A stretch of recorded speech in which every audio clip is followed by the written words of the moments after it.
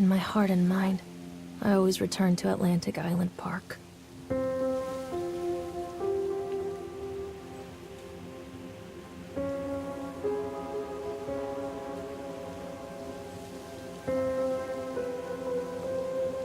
Where's Mr. Bear? I haven't seen Mr. Bear, Callum.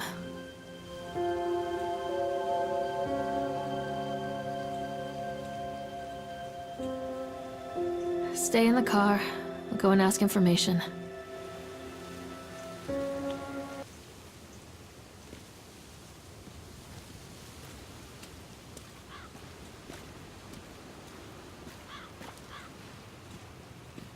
Attention, patrons. The park is now closed. Please make your way to the car park at your earliest convenience. Employees, prepare the park for shutdown.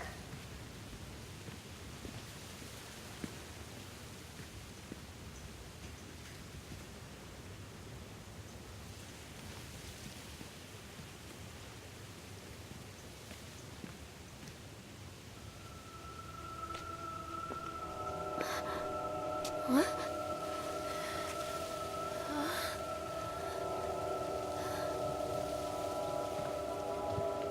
Hey, Lorraine.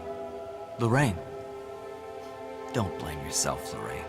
People lose things all the time. Take a deep breath and think about the last place you saw your son's teddy bear. Hey, stop! I think your boy just ran into the park. I'll unlock the gates for you.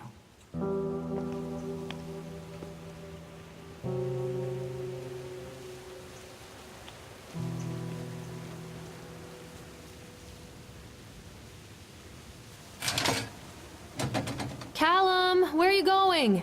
Come on, this way.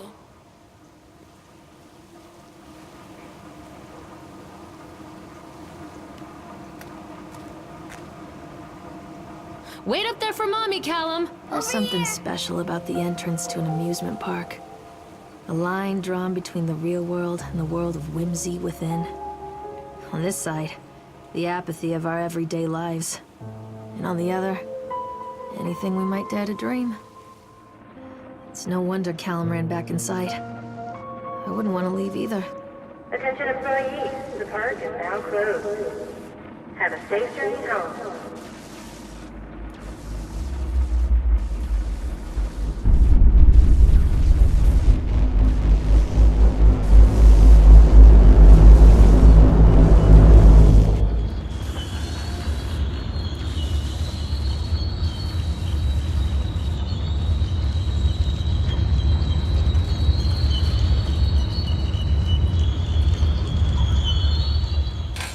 Oh God. The park. What happened here?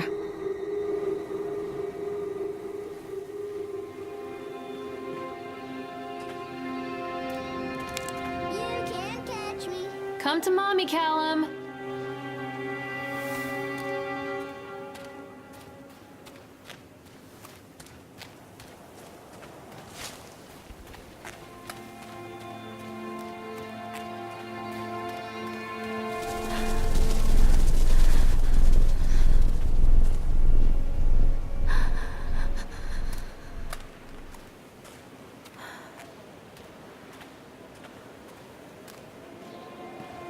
Too dark.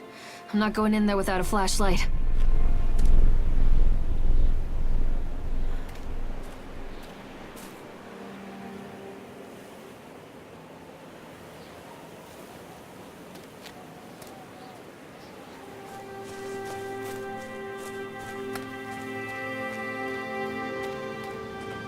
Callum?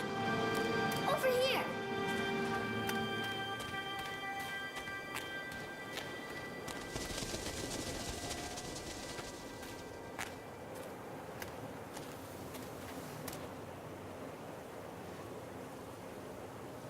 I think this belongs to Callum.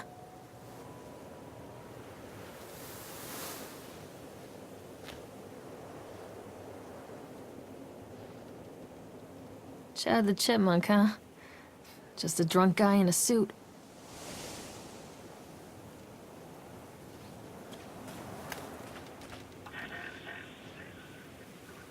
What's this?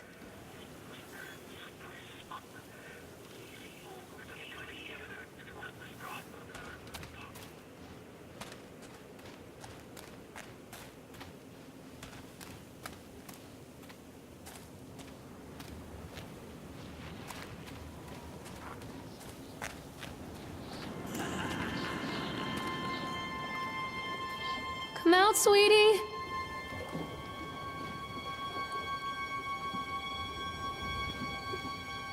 Callum, stay where you are.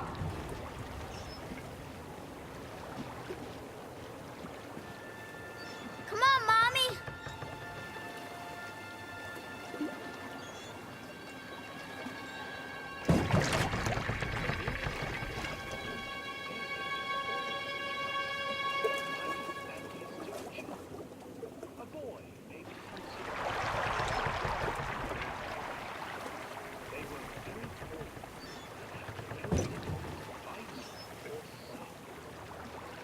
Hello?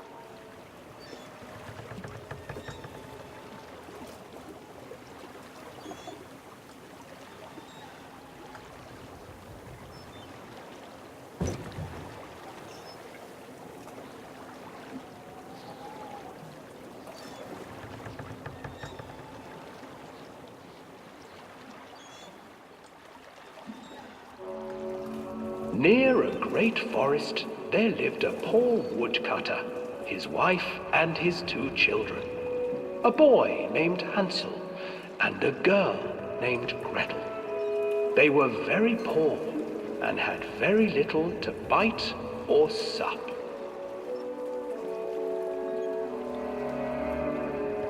"What will become of us?" the woodcutter asked his wife one night. "I tell you what, husband, we will take the children into the thickest part of the forest tomorrow and abandon them there." "No, my wife, I cannot do that," said the man.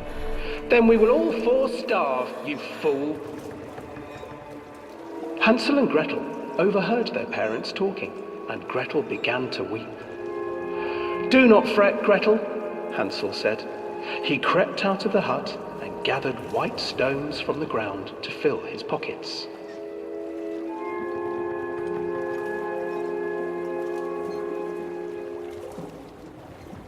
The next morning, the woodcutter leads the children into the forest.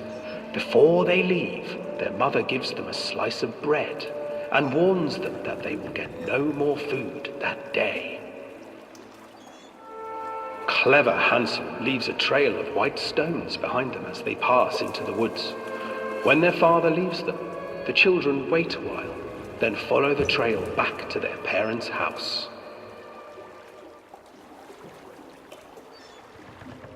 After receiving a thorough scolding from their parents for getting lost in the woods, the children are sent to bed without any supper. Hansel tried to sneak out and collect more white stones, but found that the door was locked. "Tomorrow I will take them into the woods myself," the wife told the woodcutter.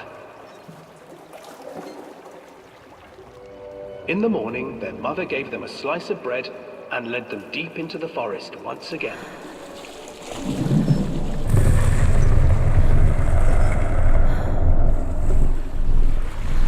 Hansel broke his bread into pieces and left a trail of breadcrumbs to lead them safely home. But hungry-eyed birds snatched up the breadcrumbs and his trail was destroyed. Abandoned by their parents and unable to find the trail home, the children wandered in the forest for 3 days.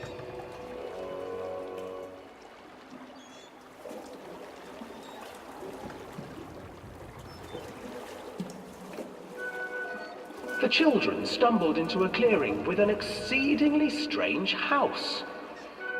Its walls were made of gingerbread, and its windows were panes of clear sugar. Hansel, desperately hungry, ran forward and began to nibble on the walls.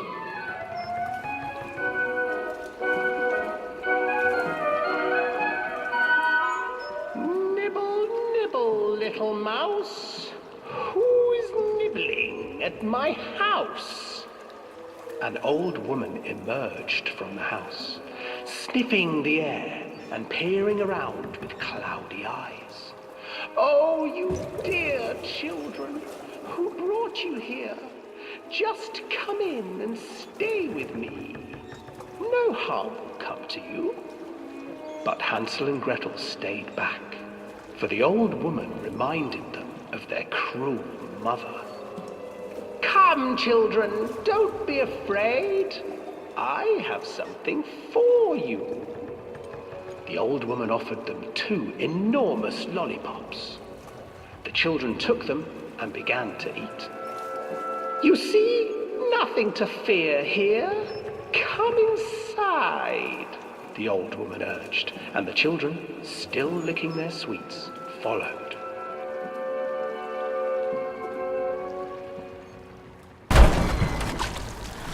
Once inside the house, the old woman changed. She stuffed Hansel into a cage and put Gretel to work, sweeping and cleaning her hut. "Your brother will make a good mouthful," the old witch told Gretel. "Once he is fattened up, I shall feast upon him."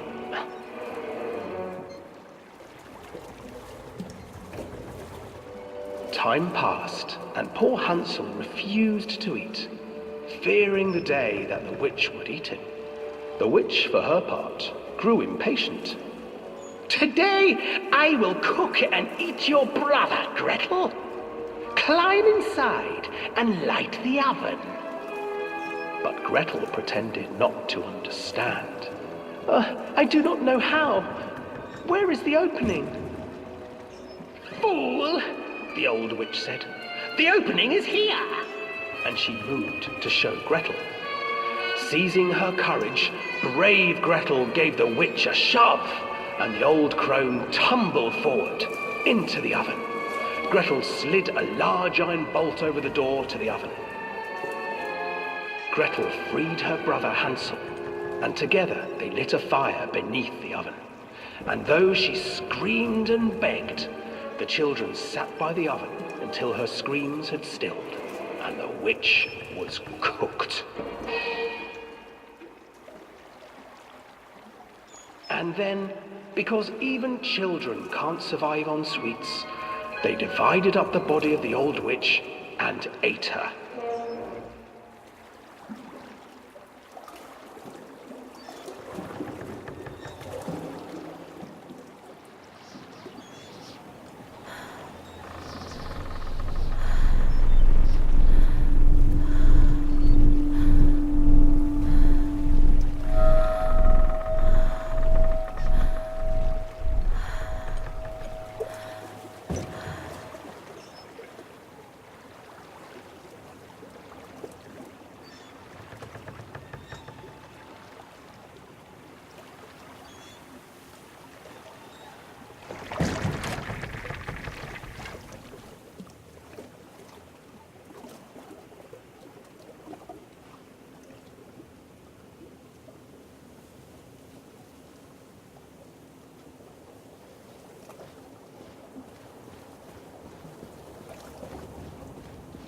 Hansel and Gretel. I used to read it to Callum when the electricity was shut off. Those poor children. The whole world against them. The forest, the birds, the old witch, even their own parents. I used to imagine that Callum and I were the kids in that story. Not mother and son, but brother and sister, hand in hand against the unkind world. We were always hungry, looking for our own house made of candy. Looking for the sweetness that could take the pain away. Hunger leads people to desperate, terrible places where the tree branches reach like claws.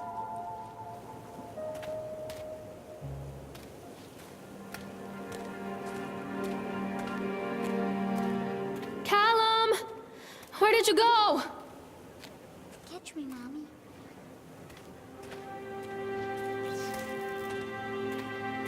Another accident. This place.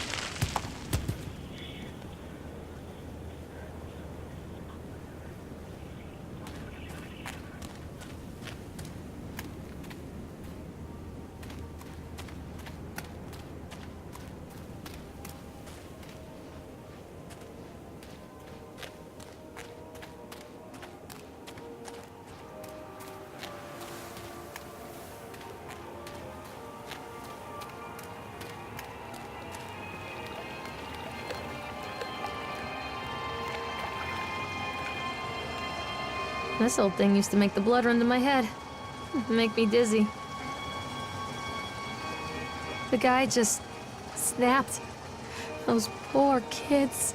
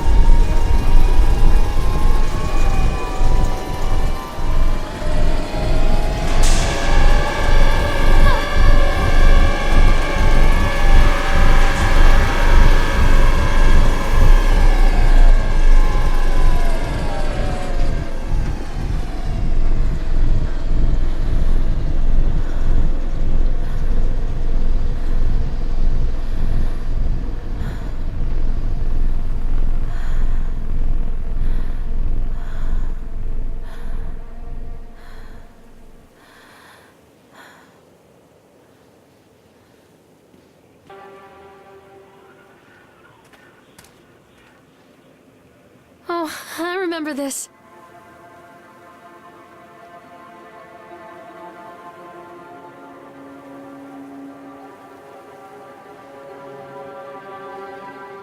Treachery hides in thoughts. Treachery that lashes like a whip and scars our insides. The first time I saw Callum, my thoughts betrayed me. I looked down at this wrinkled, red, bawling thing and I thought, is that it? We build our world from expectations, and the world that I had built for Callum was no different. He was so real, so there, and so far from my expectations. And they shattered, and as they fell in pieces, that one treacherous thought became a new foundation. All of the love that we shared, all of the warmth and goodness that followed, built on a single, traitorous thought.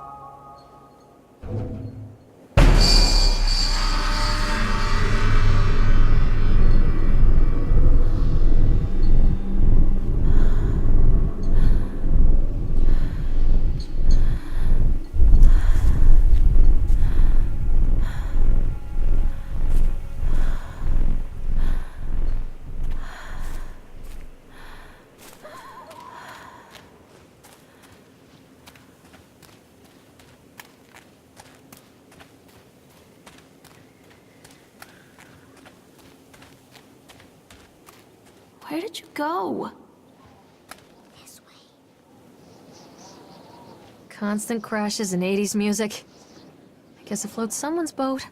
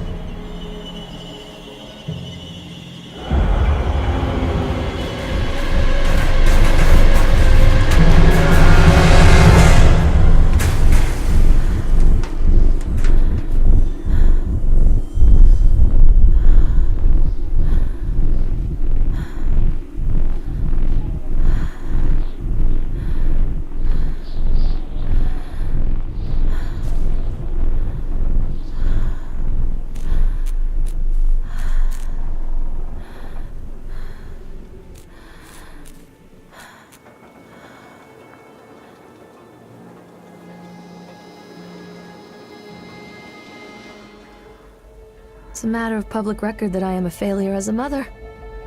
Once, when Callum was very small, I left him asleep in the car while I ran an errand. Don't even remember what it was.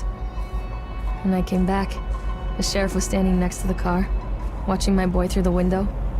I didn't like what I saw in his eyes. Judgment. He wrote me the ticket without saying a word, just the scratch of his pen on the notepad. When he gave it to me, our eyes met. I know what you're going through. My daughter, Helen, she just gets some help. Help was a bolt of lightning. Help was 1,000 volts surging through my veins. Help is agony. I'd rather die. I wanted to scream. I'd rather you pulled your gun and shot me. But instead my mouth said, "Yes, Sheriff."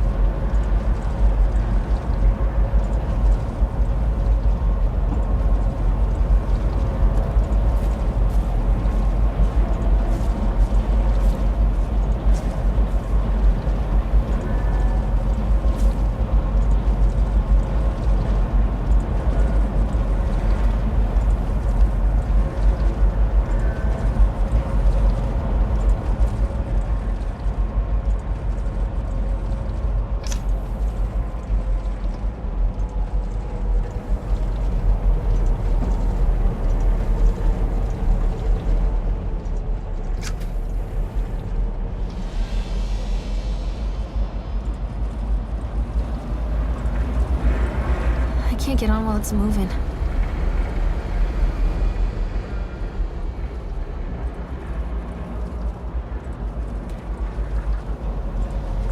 I can't get on while it's moving.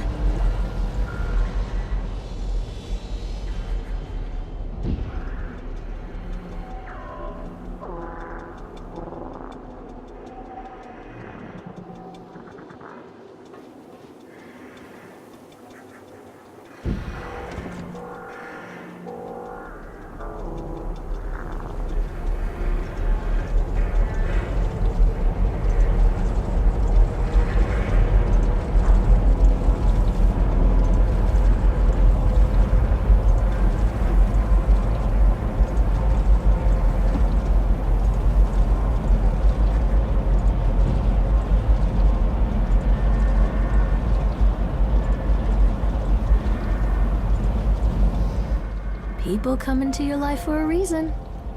Dad used to say that before Mom ran off. After that, he mostly just drank. Things were different for Don and I. When we met, I was sweeping the floor at Susie's diner. He came in with some workers, but he didn't try to flirt or cop a feel like the others. He just ordered a coffee and sat there, watching me. When my shift was over, he offered to walk me home. I don't know how to describe that walk. We talked and laughed and eventually kissed. It felt like love. It felt like a fairy tale. I can't tell you if Callum was made that night or one of the ones that followed, but I think it has to be that night. That one perfect night. Don and I moved in together, but then, well, he died. According to the supervisor, his safety harness failed when he was working on the top of the Ferris wheel. Don was there one moment, and then gone. Sometimes people leave your life for no reason. I was 3 months pregnant with Callum. Fairy tale fucking over.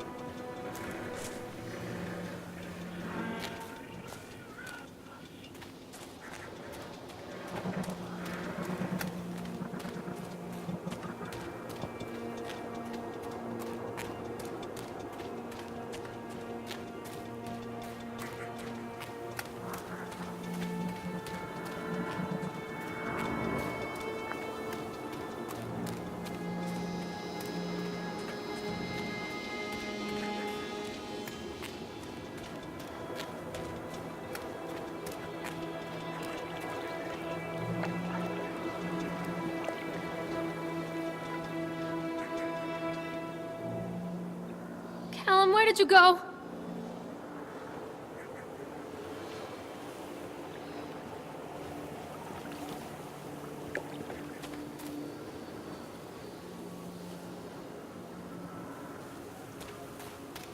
Don't be afraid.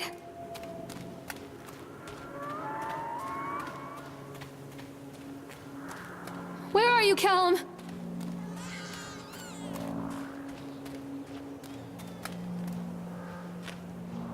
Callum! Tell Mommy where you are!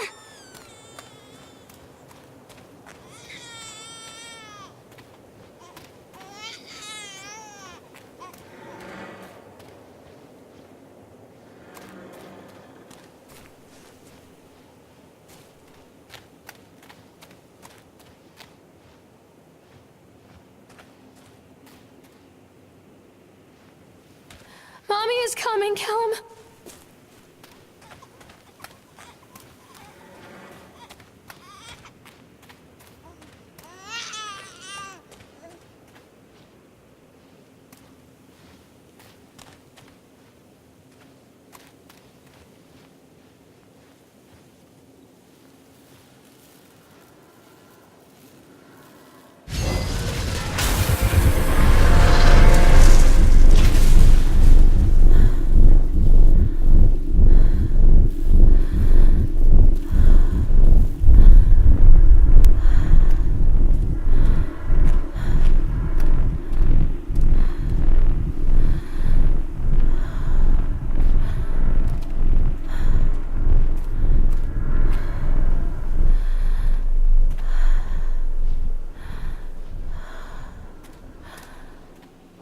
A lot of people idolize their children.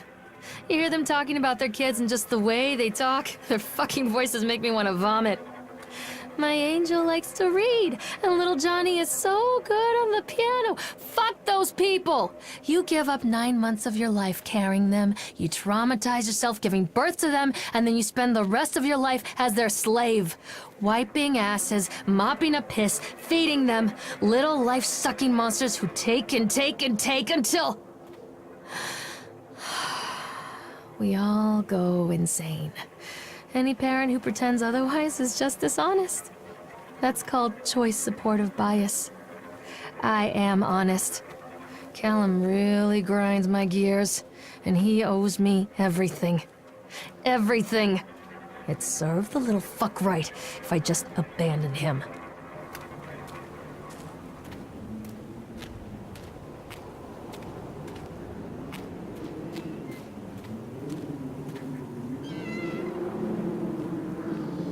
I always wanted to ride this one. Never got around to do it before.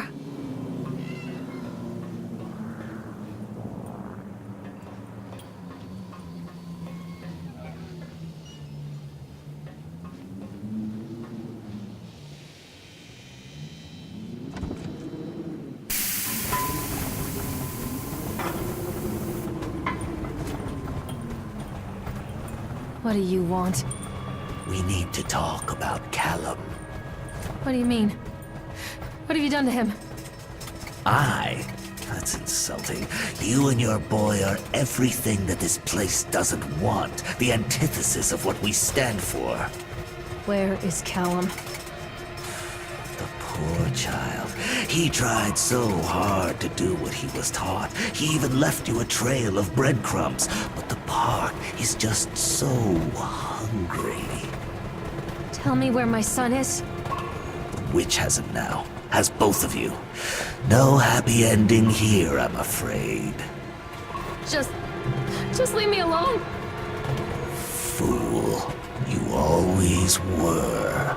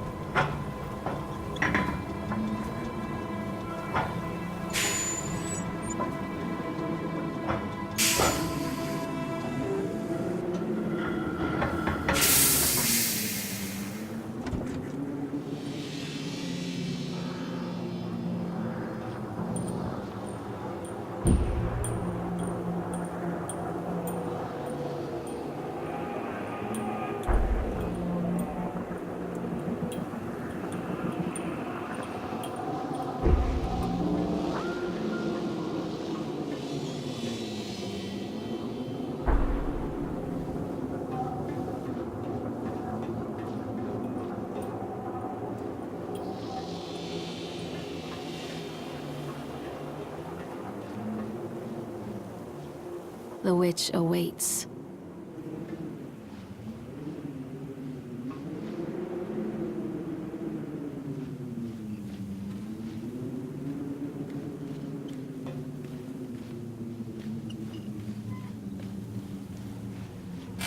Callum has bruises on his arms, finger marks.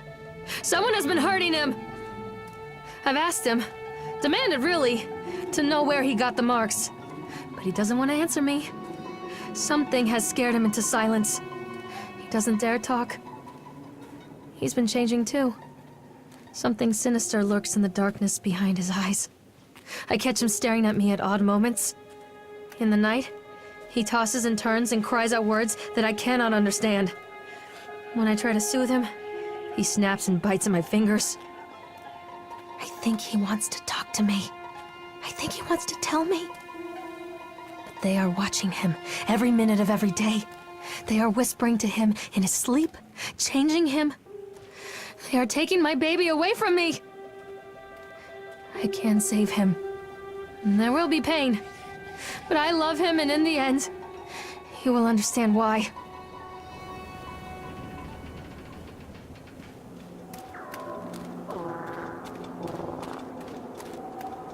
Callum? Callum! Don't let him take me!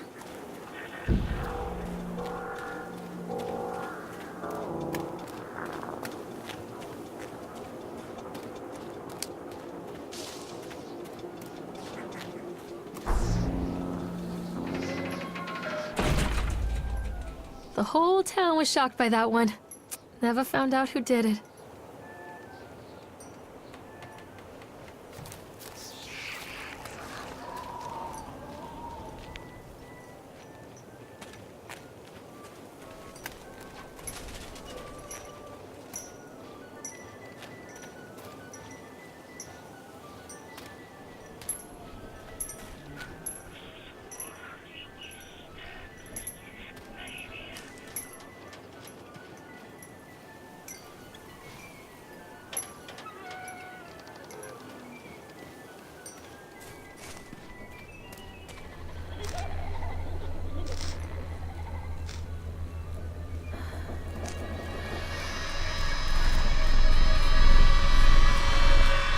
Bastard. Who did this to him?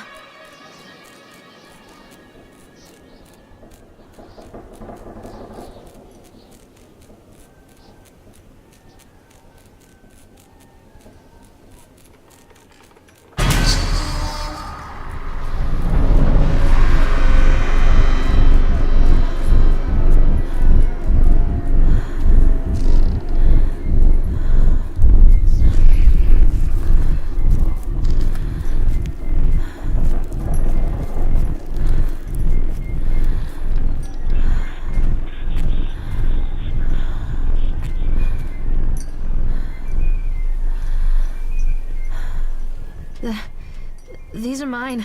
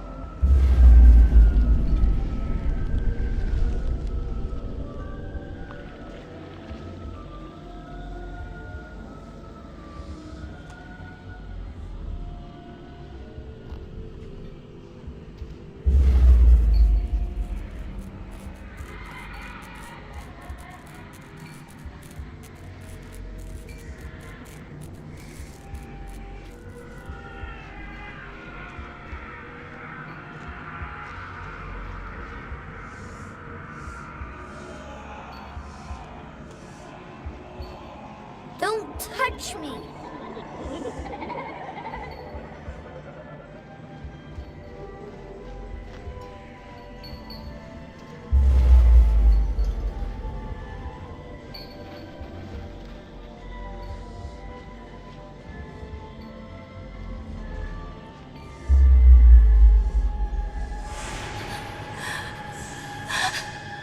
Oh God, no!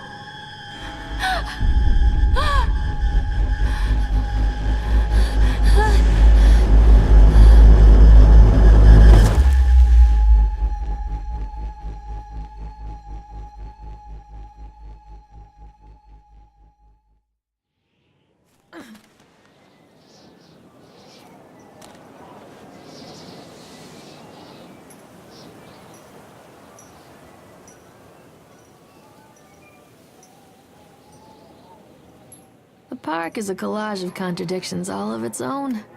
Millions of people die every year in car crashes, and the park has little cars designed specifically to simulate that action. Hear the children scream with joy. In the sideshow alley, you can walk away with 15 cents worth of mass-produced Chinese teddy bears, while a grinning carny pockets your hard-earned $5. What secrets lie beneath the sullen waters of the lake? The tears of jilted lovers, the soiled condoms of illicit affairs, the clotted blood of the lonely suicide. And the face of the witch looms over it all. I've always despised her toothy grin and warty nose. I hate that sparkle in her weathered, watchful eyes. I think Callum is waiting for me. Inside.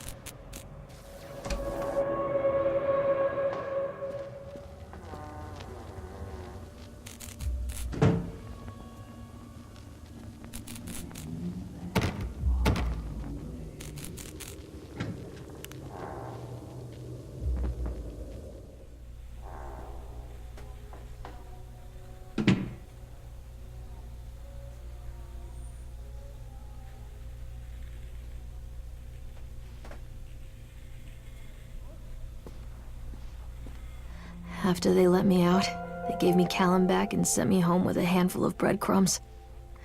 Home, bittersweet home. I barely recognized it. Where there had been color and light, there were shadows and regrets.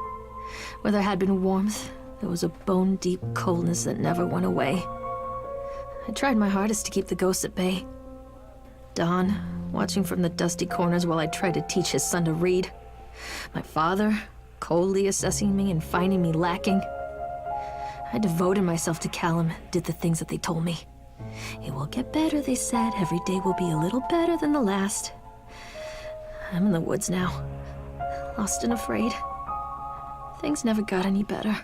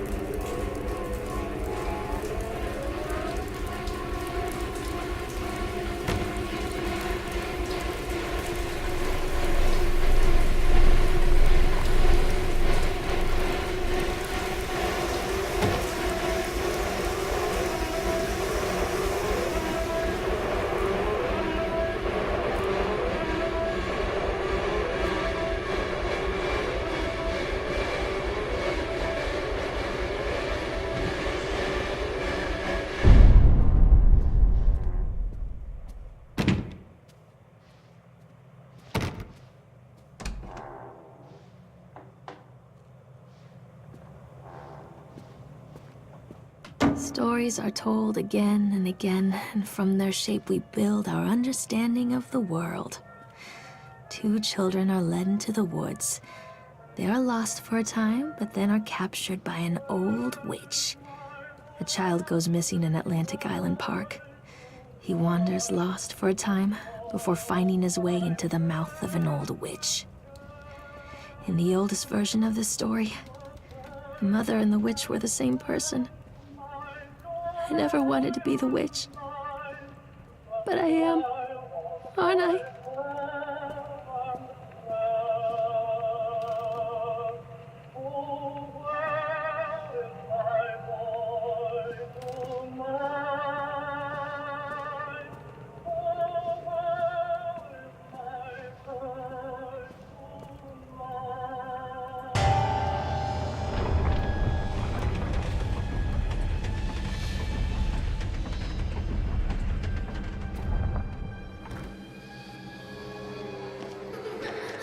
Callum? Callum?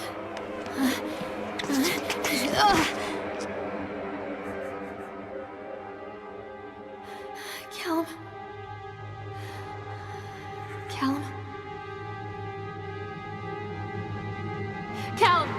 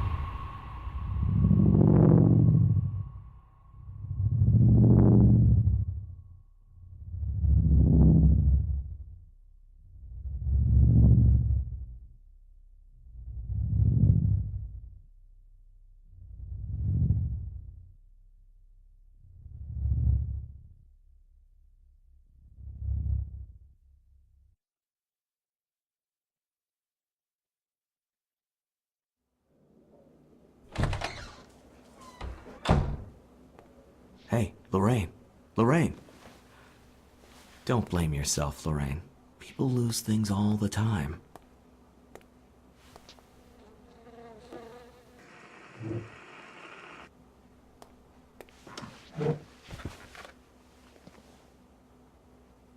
Take a deep breath and think about the last place you saw your son.